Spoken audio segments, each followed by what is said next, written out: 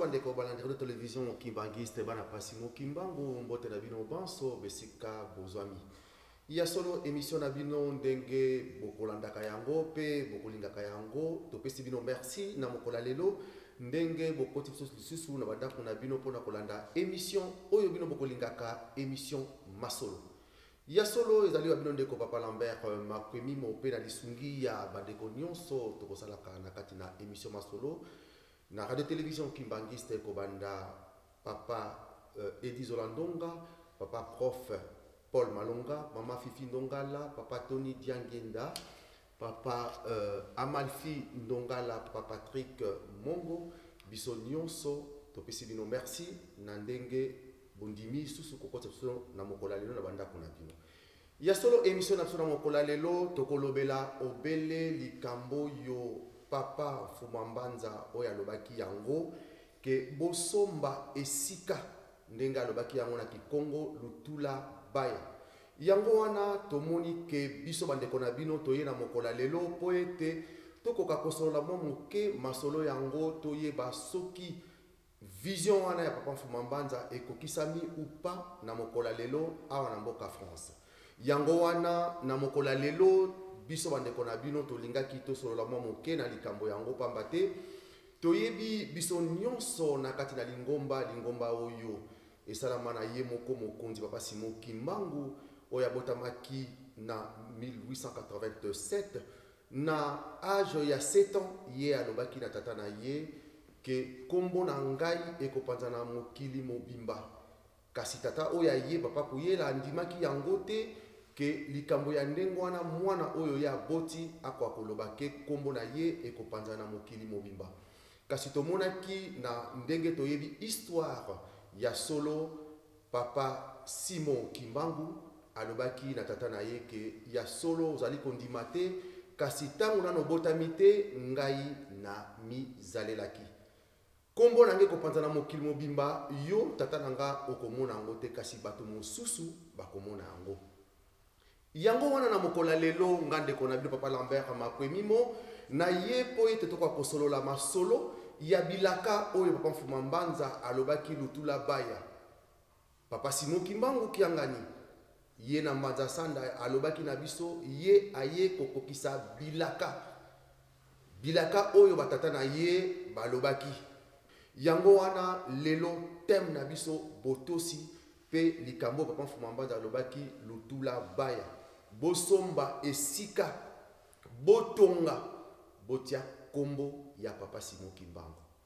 Papa Simon Kimbangu na âge 7 ans alobi kombo nanga ekopanzana mokili mobimba. Tokokende directement na kosenga kuna na esika bandeko bazali boko akolakisa biso mopaya oyo tokozwa na mokola lelo yende akolobela biso masolo kaka obele masolo monene na Papa Simon Kimbangu na kokokisama na vision ya Papa Fumambanza. Papa révérend topesi o se présenter ce qu'on allait nani et puis totikili malo. Merci mingi Papa Lambert et ngai na zongisi effectivement merci et panabino na ndenge pour inviter ngai na émission nabino. Merci. Kombo na ngai Papa Bakula Jean-Jacques et Nazali pasteur responsable ya paroisse de Montreuil dans la région parisienne. Papa révérend na kanisa tobengisi yo poto kende mbala moko na kati na émission na biso tobengisi yo poto sola mwa moke masolo oyo pamba te tomoni ndenge na uti koloba na introduction na ngai pendant 40 ans tovandi na kati na mboka oyo après 40 ans nanu tomoni likambo oyo esalami te toyebi te soki likambo nini kasi olandi ngai nanu tomoni yango te lelo nde tolingi toyeba epai na yo olakisa biso makambo nini oyo esalami awa na mboka France na Île-de-France. Papa révérend na kanisa ya liboso tokolinga kotuna ya solo tolingi toyeba importance nini oyo yo okoki koloba na biso na likambo monene oyo bino bouti kosalela biso ya kozwa esika ya kosomba esika ya kotia kombo ya Papa Simon Kimbangu ekomama ndenge ya lobaki yango na âge à 7 ans et papa Simon Kimbangu kiangani na mbanja sanda lobi ka ekokisa bilaka tomoni ke bilaka yango tolingi toyeba ekokisami ou nano ekokisami te tolingi toyeba papa révérend bosalaki ndenge nini bandaki ndenge nini po ete lelo bokomana esika oyo bino bozali ce qui l'a dit malamu et en faisant un recul en arrière en 1921 papa Simon Kimbangu a lobby que bana na ye bakomata bangomba pona kokende bisika mosusu pona kotambisa kombo na ye et na ba cantique na biso tozali na cantique moko tokoyembaka vous êtes les ambassadeurs. Oui.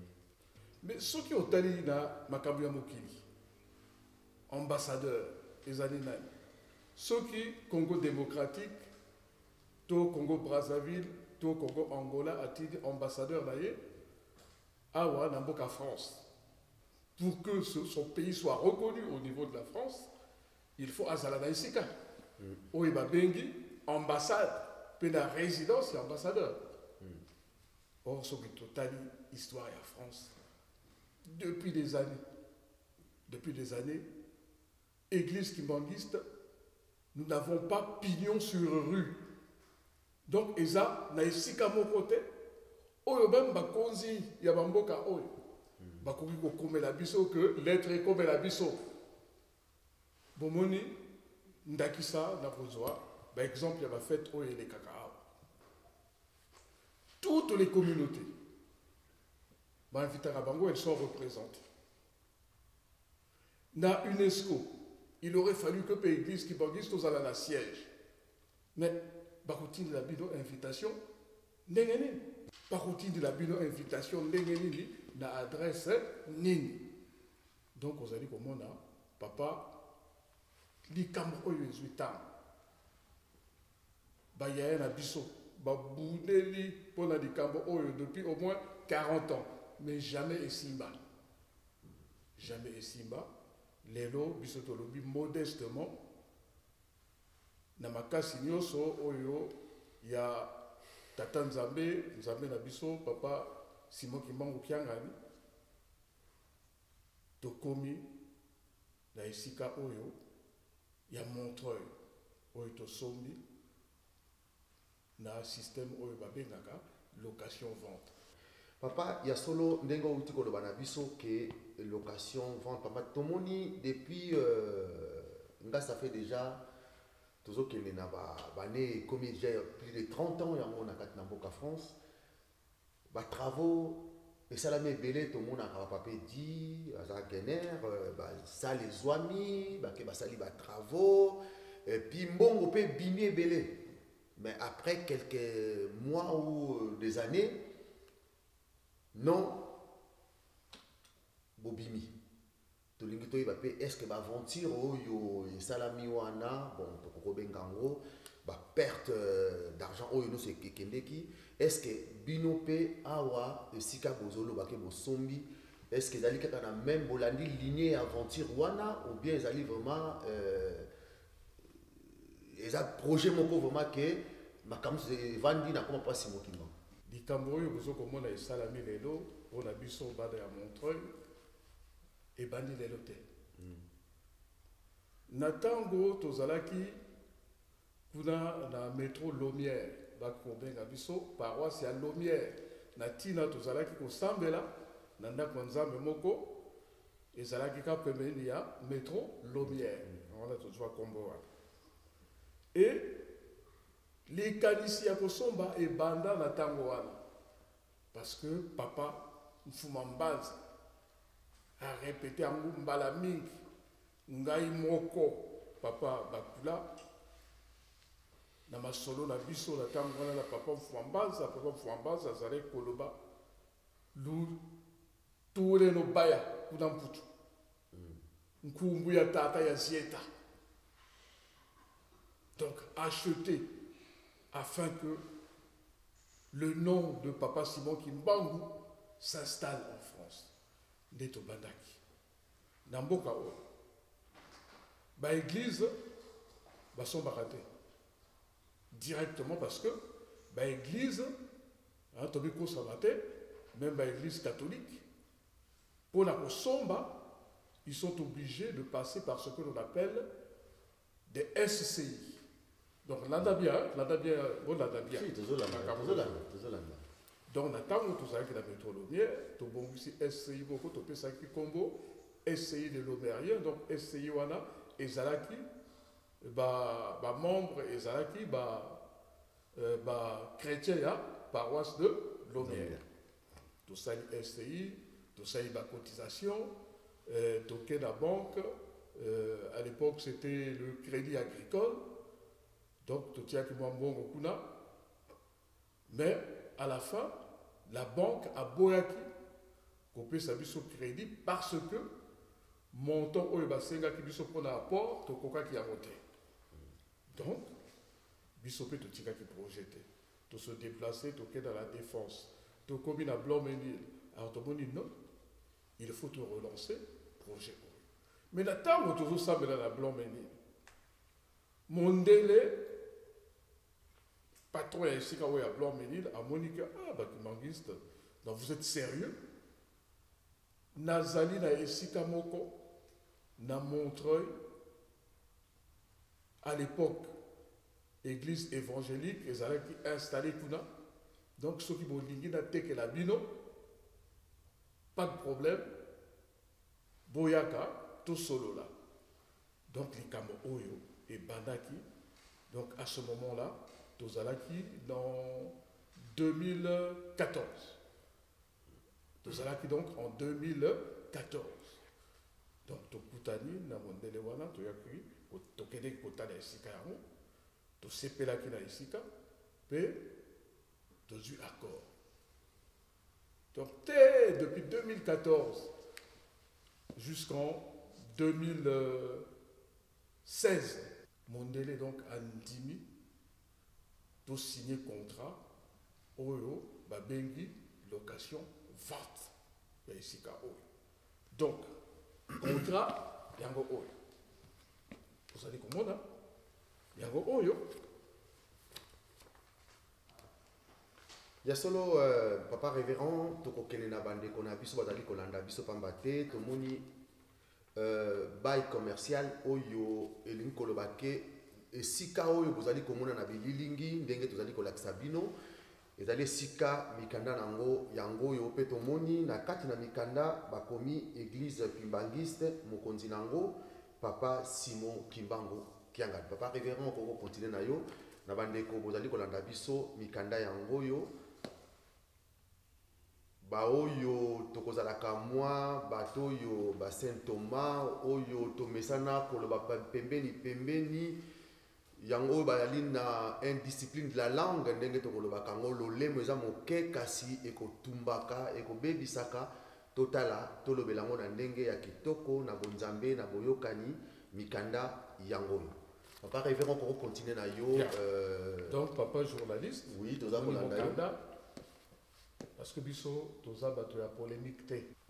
Il faut que l'église après 40 ans d'errance tozalaki dakokoloba ba STF son domicile fixe. Mais papa révérend vous avez qu'au calculer en gros que le quoi en Israël après 40 ans de boya ko somba esika vous avez qui n'a pas calcul ou bien ndenge ni na moni que vous avez qu'après 40 ans boye sala makambo oyebi yeboko mota bongisaki et que ça là-bas 40 ans lokola la tango wana biso da tout la biso il fallait maloba ya papa et kokisama tozala da oyo ba mindele ba bengi avoir pignon sur rue, c'est-à-dire que bato bazo koleka da balabala bazo tanga pancarte na bino église kimbangiste parce que lelo la tango to komonaka biso pe to lekela wana donc ba critique et pa ya bandeko ezali te pambate biso pe to lekela esika wana okomona lobi to sambeli awa si balobi to komi kuna ndenge papa qui soloke la lobaki que to ressemble na ba métro to ressemble na ba métro o eza sous métro te mais papa kanda yango donc mais ezali sous métro bimi na métro to bimi na métro quoi to bimi na métro donc il faut ezala esengo pour la bana ya papa Simon Kimbangu Kiangani. Il y a un colonio surtout biso to kanga makanda ni kalu moko to baka il faut to landa papa Simon Kimbangu Kiangani na solo pambate so qui te tire foi da biso la espérance na biso da ye akusala que nyoso oyo tozali koluka ekokisama ekokisa touti kolanda ndenge papa révérend azali koloba na biso ezali esengo mingi mpe ntsai ndenge bakolobaka yango ya komona likambo ya boye koka kosalama yo mona papa Simon Kimbangu eloko oyo ndenge bozali komona yango na bililingi na bino bozali komona paroisse ndenge boza komona yango ezali nde esengo ndenge nzambe akolobaka ntango nyonso akoponaka libota na ntango na bana na Israel aponaki bato mokili ezalaki na bato ebele kasi aponi kaka bana na Israel libota Jacob toye komona lelo ke papa Simon Kimbangu aye pa na biso bakimbangiste biso tobengami taye tata na biso tozali bana na ye kasi pe likambo oyo ya bosombi esika nzambe akoponaka obele libota aponi mwa noyo mwa batu oyo mwa moke ndenge tokolobaka ngo ntango nyonso le malheur bon ndenge tolobaka likambo mosusu ezalaka esalami toyebi te mpona nini esalami toyebi ndenge papa révérend auti koloba na biso ndenge paroisse ezalaki liboso na kombo oto auti koloba kombo wana kasi lelo na bandeko basangani na boyokani na koswana te na bitumba te bakangisi makanisi elelo esika oyo bozali komona na babililingi na bino bisika emonani ezali esengo e na kosenga na bandeko nyonso oyo na kati na mboka Europe pamba te alobaki yango bosomba esika nyonso yo ozali ntango ozali komona oyo félicité na kosenga na yo yaka ko contribution na yo ezali nécessaire po ete bamisala nano esili te epai yo ozali soko ozali mwana papa Simon Kimbangu esika nyonso ozali ezali ozali na Chypre epai papi Nsato azali kuna ezali ozali na Australie pa mama Bebete Ntiangani ezali ozali na Londres pa mama Ani kuna bino nyonso ndako oyo ezali ya biso papa mama nalobaki bosomba esika tomonaki na Bruxelles na Belgique babundi bamindele baye bakei batiki biso kaka ndenge wana elelo likambango esalami tosengi mwana papa Simon Kimbangu oyo ayebi kata mwana papa Simon Kimbangu ata na mosika tinda participation na yo po ete okomisa na vision ya papa Fuma Mbanza bosomba esika botia kombo nanga lelo bilaka ekokisani ezali esengo mingi.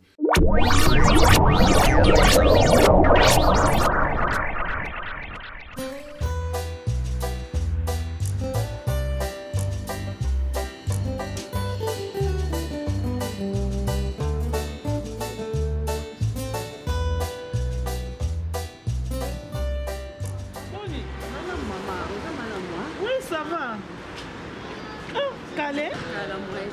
Non, on est fatigué pour lui. Vous savez là? Maman, quand tu n'as pas ah non, il y a solo. Donc, dès que nous avons des châteaux rouges, nous avons dit que le Congo là qui est 7 000 pour que nous avons besoin. Eh, Yaya, c'est là. 700 € ou bien 7 000? 7 000. Pour l'enterrement? Oui, pour passer à funérailles? Ah oui. Mais non. Eh, pardon. Tu ne le sais pas comment moi là. Eh, nga banda papa kufa. Na comprenez mambo ebele. Maman Gisèle, le bana luko maman, le bana. Na banda komi tumisa kaka ndeti yo. Eh, kaka papa Lambert aye amoni nga na mawa. Habité na kotika mwana oboete. Ye mutabetele nga lisolo. Côté kuna ba bebisa. Eh, la servante du Seigneur aya ko soulager biso na niveau moko ozwa idée te. Soko za disponible au lieu qu'il y ait des châteaux rouges. Il est clair en déni.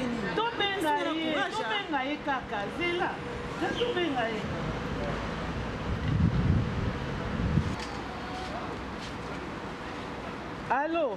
Allô, oui? Papa Lambert. Ouais, bonjour, ngai maman Gisèle. Ouais, maman Gisèle ibaya talo. Omonika no eda ngai wana papa utokufa. Nazape nande komo mama Fifi pembeni na ngawa. ye pas na même problème. Oui. Au lieu de bambon mutu pasi ba aventure kisasa yango na proposer toya. Donc c'est bon, na ozela bino. Yo ko bouger te zela biso ka wana to ko maana ka tout de suite. Eza musika te na place toza.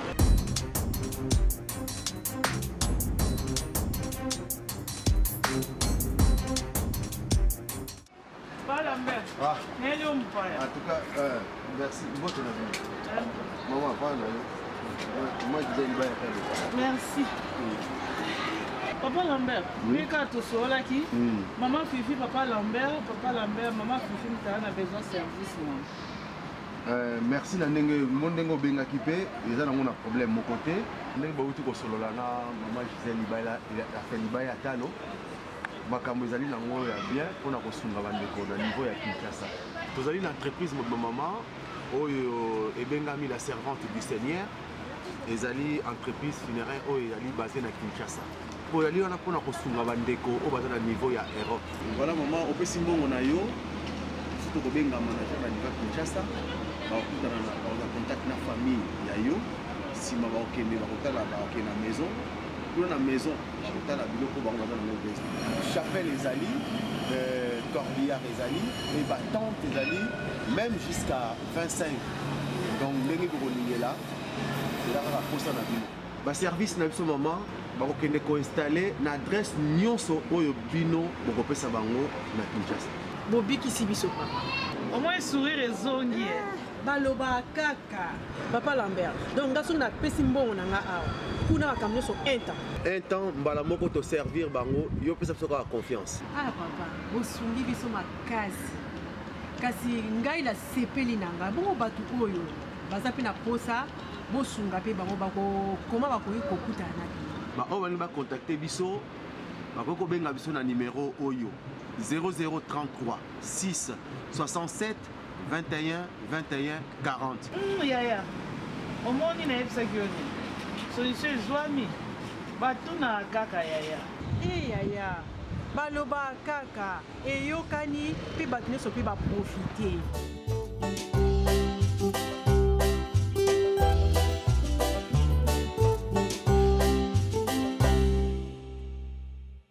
Papa révérend na lingina tuna pambate tozali na kati na émission masolo tokoloba kaka bele masolo kasi masolo ngo eza ya pambate masolo papa Simon Kimbangu tango bobandi mosala oyo est-ce que bosengaki aide na bandeko mosusu ba paroisse mosusu ou bien kaka bino moko na bolingo bino moko bosangisi boyokani po ete bosala esika bosomba esika oyo biso bana ya Montreuil toza bana ya papa Simon Kimbangu Kianga. Mais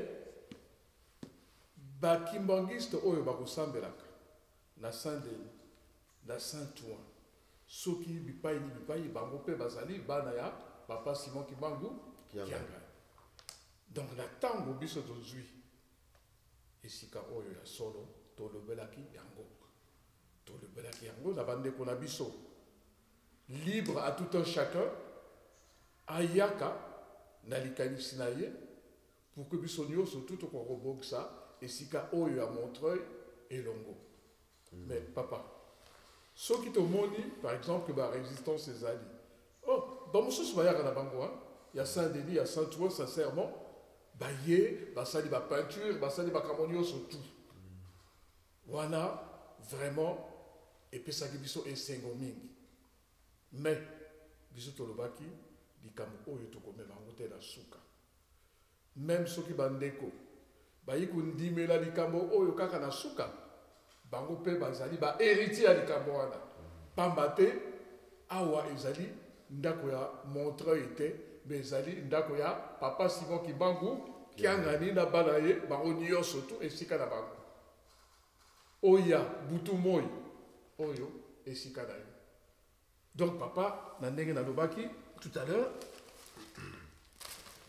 oyo tomonaki kaka bye mususu eza susu mais papa mikanda eza nango ebele mikanda ezali na kombo kaka ya mais papa ya lingomba tala yo ntango ofandaka na ndako na yo omelaka mai oui osokolaka na mai oui mpo na koéclaire ndako na yo ozalaka na électricité ngaku nazobanga parce que totali que tampusu te na kati na mboko ah non vous avez l'électricité obenda mona ndenge ya ya mayuya te ezali te tala omoni oyo babengi compagnie nini Veolia ye nde moto akipaka mai na Île-de-France balobi ya Veolia eau d'Île-de-France batie numéro ya contrat e awa kotaka bino moko papa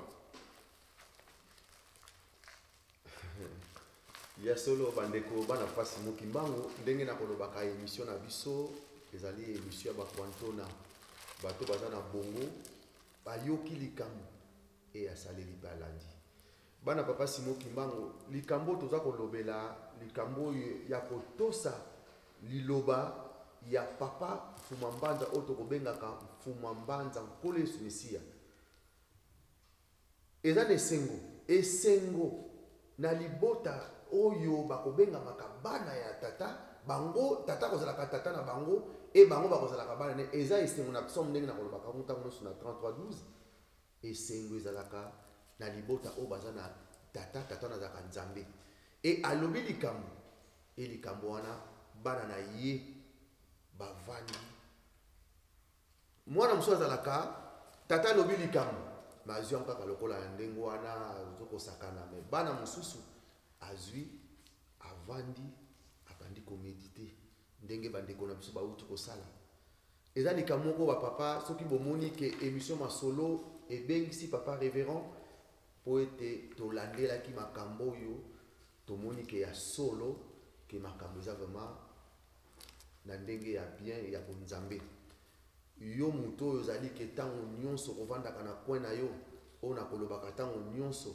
indiscipline la langue lolemo na yo ntango nyonso elingi kolobaka mabe mpo na moninga lelo tala mondeko asali alongoli biso na pinzoli oyo tozalaki nango tobandaki koyeba te tokobimela ndenge nini tomoni lelo bandeko na ngai kuna na kamera boza kozwa biso totala mokanda oyo yali ke esika nyonso baza koloba alo courant wana esika bafutaka ngo totali ezali église ya mai kibangisi oyo nde ya courant yango mosusu eza susu ya courant wana ezalaki ya mai wana komona courant ya telefone mpe ezali ya internet mpe ezali makambo nyonso donc tongo bake donc boza ma règle en règle le papa yo moko oyebi que biso bazo considérer biso lokola eza association parce que mingi bakanisaka que donc tozoloba association église kibangiste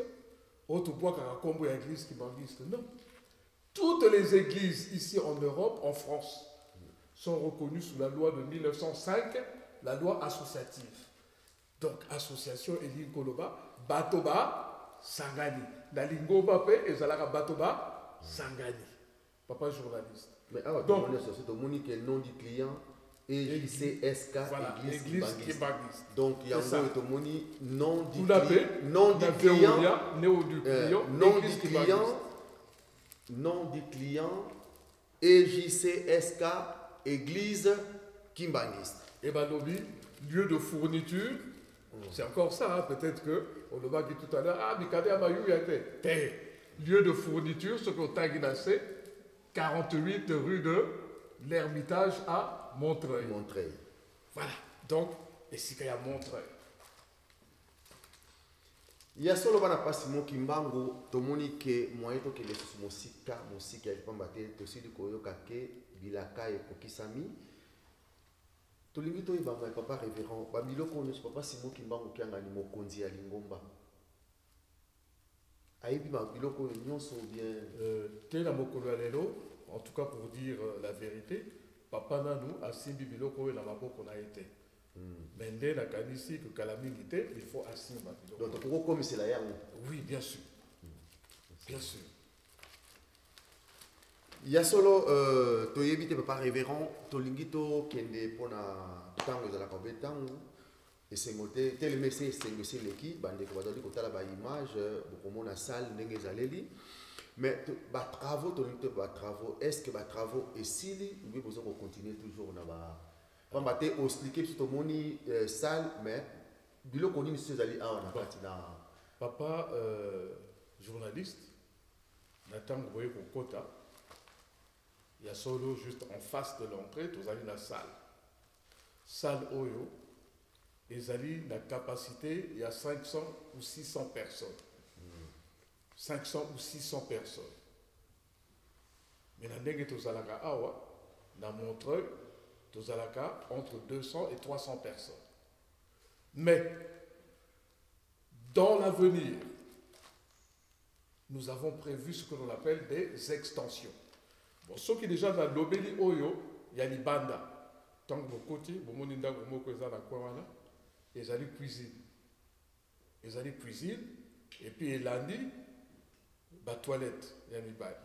Ceux qui au côté, là c'est, dans la docilité, et vous avez un bureau, la biseau, et puis dans le fond, il y a la douche, la toilette, et si il y a bon gami déjà. Et dans l'écolo, ils allaient appartement. Dans l'écolo. Mais dans le temps où il y a, ceux qui et na kanisi na koloba soki te papa Simon Kibangu qui a dit akosunga biso pambate et loko oyo biso tolingi to pesa ye il faut ezala bijou moko ya kitoko bijou moko ya kitoko papa asepela nango donc tatango koya je la pesa yo pe ba plan oya architecte donc tokosala ba extension fondation ya ndako oyo et koki kondima même 3 étages. Donc, par extension, à la Tozalango, ils ont prévu, mais papa a pu s'habiller sur un moyen pour la ça par extension. Mais papa révérend, ceux qui ont dit moi moké na sima, na lukutaka, nous tant que na lukutaka, nous, na Oye Salamaki du 15 au 2 novembre 2016, le bil dans lukutaka, nous, chaque paroisse, face à la Nessikanaye, azala na bureau, ndaku ya chef spirituel, dispensaire, et sika centre ya koyamba bapaya. Bon, bino sikoyo na makanisi na bino po tese bo sombi déjà. Est-ce que vision wana ezali na bino ya kosala biloko nyonso ndenge lukutaka ne lobaki ou bien yango na dobi na yo que na prévision na biso et kozala na ba extension. Donc ba extension wana ba ndako yo to relever, ça comprend tout ça.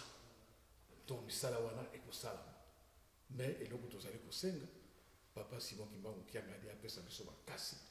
Et apesa biso pe ba moyen oyo pour que to koka kosalela ndenge lukutaka nu asengaki. Merci papa révérend na kanisa tozo ke nesiko na suka émission na biso po te tozo ayo mwa tango mingi te. Tolingi toyeba sikoyo likambo nini oyo kokoloba na biso tango mususu papa Lambert atuni yango te yo moni ke non likambo oyo nalingaki naloba ngo po ete bandeko mususu bayoka ngo. Likambo nyonso, il n'y a jamais rien qui tombe du ciel. Hein? Tata Nzambe apesaka bino likanisi, apesi bino inspiration, apesi bino ba moyen pour la kosala eloko.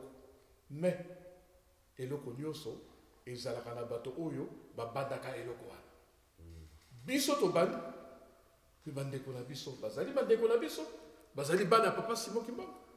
Donc tozo zela bango, bayaka elongo to continuer mosala o. To sala ezala bana ya France, ezala bana Angleterre, ezala bana ya Amérique, ezala bana ya Europe, dans n'importe quel pays, mais nous les accueillerons à bras ouverts. Ils en ont. Et d'ailleurs même, pour ne pas aller loin, là ici quand on est depuis Toyebo Kota Awa, mais bah événement mingi salamea. Par réunion, il y a surveillant à Europe News. Awa, bah Koreki, Awa, bah dit. Donc les alliés ici quand il y a église mobile. Papa révérend, mondimi moko oyo azane na musika alingi a participer pour ete yepe asomba moi kiti na ye ou boye micro ou bien moi brique ou bien ciment pour ete na misala oyo ke le liboso yo koloba na nini puis esika nini akoko ke se diriger pour ete atinda participation ne pas maté eloko oyo biso nyonso to lingi to kota na kati na ngo po to mapambo ina biso to zoyanga ya solo papa dokola le baki. Vous allez payer un compte bancaire dans l'église qui banquiste. Église de Jésus-Christ sur la terre par son envoyé spécial, papa Simon Kimbangu tozali na yango. Donc moto nyonso oyo alingi koparticipe soki elekeli na compte bancaire te omoni bamoyen awa eza nango mingi ba Western Union banini atindi yango na kombo ya église kimbangiste 48 rue de l'Ermitage et kokoma na boîte aux lettres na biso. Vous avez une boîte aux lettres. Et ça dit vous dans l'ibada ko mais ndenge nini vous avez mikanda donc et outil beaucoup mikanda oyo ekoyela ka o tangite 48 rue de l'Ermitage les amis kuda na montre ekoyela ko et ça va la poste restante te voilà. Bandeko balandi radio télévision kimbangiste bana pasimo kimbangu tokomi na suka émission na biso ni tokoki kobakisa pamba te bino nyonso bouti kolanda papa révérend na oyo ye auti koloba eloko na kosengaka kaka biso bana pasimo kimbangu et surtout bolingo pamba te soki totie makambo ya kobendana batiraillement badivision tout le temps total retard oyo tozali kozwa pendant 40 ans tozwi retard ya batiraillement ya badivision ya baquerelle eza nango na ntina moko te nani azali kobénéficie nango ezali nde satan tata na biso azali kozwa perte e biso tozwa perte tala bato oyo tokoloba baoyo batikaki mokili oyo avant likambo oyo esalama lelo epai bazali bakoloba ke nga na bisalelaki yango te biso tozwi chance nzambe apesi biso lisusu temps atikili biso lisusu mwa quelque minute po tokoka kovivre na kati na mokili oyo et surtout na mboka Europe eloko oyo esalami tokokisi bilaka maloba papa Fuma Mbanza alobaki bosomba esika lutula baya e yango oyo papa Kisolokela azalaki koyela ntango nyonso na mboka Europe po ete tokoka kozwa kaka esika oyo lelo esika oyo emonani yo mwana papa Simon Kimbangu esika yo ozali soko ozalaki na makanisi mosusu na mutu na yo na kosenga na yo banda lelo tobwaka yango na mai pamba te eza nango na ntina moko te eke eloko yango bokomoni yango emonani evandi makambo evandi eza mai donc na kimia biso nyonso tozala bomoko topesa maboko eyala biso moko tozalaki ke bokomona ke papa Lambert azali kosala émission me bokoyeba te bokokamwa si nalekisaki déjà mwa participation nange selekaki banda kala ke na ekosomba eloko oyo ntango tobandaki yango banda na défense tozalaki yango wana moyen ya koloba mingi ezali te mwana papa Simon Kimbangu ça sert absolument à rien tokendaka na badispute na badivision kolinana kolingana mutu te banini ya solo ntango ozolanda émission oyo ete ya yo epai yo ozali kolanda yango yo moko olobake bandeko bakokisi balongoli yo na pasi oyo na chaîne oyo tozalaki kokoka yango te 40 ans après likambo esalami e émission masolo elakisi bino baimage nakanisa papa Simon Kimbangu kiangani tozali kosenga kaka kobele epa na yo moko obongisa po ete eloko oyo bijou oyo mokolo nango soki ekoki to remettre bino yango na boyokani na bolingo na lisanga po ete oyo bolakela biso kokokisama papa révérend nakanisa tokomi na suka soki okoki koadresse ou soit na bandeko ou bien na papa Simon Kimbangu kiangani na likambo oyo bino bosali nde natikeli yo maloba nsima nango tosisi émission na biso ngai nakoloba liloba na yo à l'instar ya bandeko na biso nyonso ya baparoisse oyo parisienne tosangana tozala